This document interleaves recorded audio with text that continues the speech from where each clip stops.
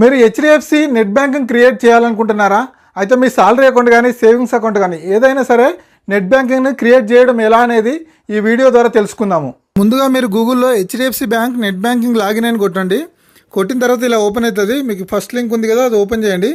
Open చేసిన తర్వాత మీకు ఇక్కడ కస్టమర్ ఐడి అడుగుతుంది. కస్టమర్ ఐడి అడిగిన తర్వాత కస్టమర్ ఐడి ఇవ్వండి. కస్టమర్ ఐడి ఇచ్చిన తర్వాత నెక్స్ట్ పేజ్లో పాస్వర్డ్ కూడా అడుగుతుంది. కస్టమర్ ఐడితో పాటు పాస్వర్డ్ అడుగుతుంది అనమాట.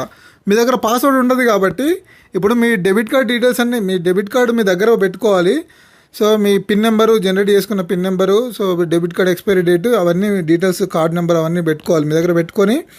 ఇక్కడ ఫర్గట్ పాస్వర్డ్ ఉంది కదా, ఫర్గట్ పాస్వర్డ్ పైన ప్రెస్ చేయాలి. ప్రెస్ చేసేస్తే మీకు నెక్స్ట్ పేజ్లో మీ కస్టమర్ ఐడి అడుగుతుంది మళ్ళీ. కస్టమర్ ఐడి అడిగిన తర్వాత అక్కడ కస్టమర్ ఐడి ఇవ్వాలి. కస్టమర్ ఐడి ఇచ్చి గో కొడితే నెక్స్ట్ ఇక్కడ క్యాప్చా అడిగింది కదా, క్యాప్చా ఎంటర్ చేయాలి. పైన ఇక్కడ అథెంటికేషన్ విత్ 1 టైం పాస్వర్డ్ అని ఉంది కదా, దానిపైన టిక్ చేసి ఉంటుంది. అంటే మొబైల్ నెంబర్కి, మీకు రిజిస్టర్ అయిన మొబైల్ నెంబర్కి ఓటీపీ వస్తుంది అనమాట. అది టిక్ చేసి ఫస్ట్ టిక్ చేసుకొని ఉండేటట్టు చూసుకోవాలి. నెక్స్ట్ ఇక్కడ క్యాప్చా ఉంది, ఆ క్యాప్చా ఇవ్వాలి. క్యాప్చా ఇచ్చి కింద కంటిన్యూ అని ఉంది కదా, ఆ కంటిన్యూ అనేది ప్రెస్ చేయాలి. ప్రెస్ చేస్తే నెక్స్ట్ పేజ్లో మీకు ఇక్కడ please enter the mobile number register with the bank అని చెప్పేసి ఉంది కదా. మీ బ్యాంక్లో ఏ నెంబర్ అయితే ఇచ్చారో ఆ నెంబర్ని ఇక్కడ ఎంటర్ చేసి కంటిన్యూ కొట్టాలి. కంటిన్యూ కొడితే వెంటనే మీకు ఓటీపీ వస్తుంది. ఏదైతే మొబైల్ నెంబర్ ఇచ్చారో ఆ మొబైల్ నెంబర్కి ఓటీపీ వస్తుంది. ఓటీపీ వచ్చినట్టే ఓటీపీ దీనిలో ఎంటర్ చేసేసి కంటిన్యూ కొట్టాలి. మళ్ళీ కంటిన్యూ కొట్టిన తర్వాత నెక్స్ట్ ఇక్కడ మీకు కార్డ్ నెంబర్ చూపిస్తుంది.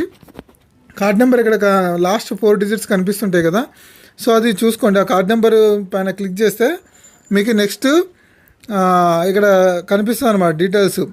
ఇక్కడ ఏటీఎం పిన్ కొట్టమని చెప్పేసి అడుగుతుంది. ఫస్ట్ కార్డ్ నెంబర్ ఉంటుంది, ఏటీఎం పిన్ అడుగుతుంది. నెక్స్ట్ కార్డ్ ఎక్స్పైరీ డేటు, మీద ఈ కార్డు పైన ఎక్స్పైరీ డేట్ ఏముందో అది అక్కడ ఇవ్వాలి.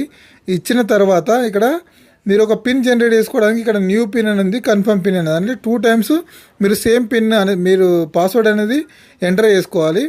ఎంటర్ చేసుకొని ఇక్కడ యాక్సెప్ట్ టర్మ్స్ అండ్ కండిషన్స్ ఉంది కదా, అది టిక్ చేసి కంటిన్యూ కొట్టండి. కంటిన్యూ కొడితే మీకు క్రియేట్ అయిపోతుంది, పాస్వర్డ్ అనేది క్రియేట్ అయిపోతుంది. మీరు ఏదైతే పెట్టుకుంటారో ఆ పాస్వర్డ్ క్రియేట్ అయిపోతుంది. క్రియేట్ అయిన తర్వాత మళ్ళీ మీరు సేమ్ నెట్ బ్యాంకింగ్కి వచ్చి మీరు గూగుల్కి వెళ్ళి హెచ్డిఎఫ్సి నెట్ బ్యాంకింగ్ లాగిన్ అని కొడితే మీకు నెక్స్ట్ ఈ పేజ్ ఓపెన్ అవుతుంది. ఇలా ఓపెన్ అయిన తర్వాత మళ్ళీ కస్టమర్ ఐడి ఇచ్చేసి నెక్స్ట్ పాస్వర్డ్ ఇవ్వండి. మీరు ఏదైతే క్రియేట్ చేసుకున్నారో ఆ పాస్వర్డ్ ఇచ్చి కింద ఇక్కడ టిక్ చేయాల్సింది కదా, use virtual keyboard for password ఉంది కదా, అది టిక్ చేయండి.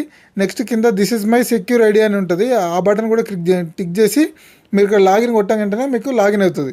లాగిన్ అయిన తర్వాత ఇక్కడ మీకు పేజ్ అనేది ఇలా చూపిస్తుంది. మీకు ఇక్కడ నెట్ బ్యాంకింగ్ హెచ్డిఎఫ్సి బ్యాంక్ అని చూపించి ఇక్కడ accounts, fund transfer, bill pay, cars, DMart, mutual fund, insurance, loans, offers ఇలా చూపిస్తుంది అన్నమాట. డాష్ బోర్డ్ ఇలా చూపిస్తుంది. Front page. ఇది చూపించిందంటే లాగిన్ అయినట్టు లెక్క. ఇక్కడ మీకు అకౌంట్లో డబ్బులు చూసుకోవచ్చు. నెక్స్ట్ మన స్టేట్మెంట్ డౌన్లోడ్ చేసుకోవచ్చు. నెక్స్ట్ ఇక్కడ లోన్స్ ఆఫర్ చూసుకోవచ్చు. క్రెడిట్ కార్డ్ ఏమైనా ఉంటే క్రెడిట్ కార్డ్ చూసుకోవచ్చు. నెక్స్ట్ ఇక్కడ మీరు మన స్టేట్మెంట్ డౌన్లోడ్ చేసుకోవాలనుకుంటే ఇక్కడ ట్రాన్సాక్షన్ ఎంక్వైరీ రిక్వెస్ట్ ఉంది కదా, దానిలోకి వెళ్తే కొన్ని ఆప్షన్స్ కనబడతాయి. ఆ ఆప్షన్స్లోకి వెళ్ళి స్టేట్మెంట్ డౌన్లోడ్ చేసుకోవచ్చు. ఫండ్ ట్రాన్స్ఫర్కి వెళ్ళి వేరే వాళ్ళకి డబ్బులు ట్రాన్స్ఫర్ చేసుకోవచ్చు. ఇవన్నీ డీటెయిల్స్ ఉంటాయి అనమాట. ఇదంతా వేరే వీడియో చేయొచ్చు, ఇది చాలా పెద్దగా ఉంటుంది.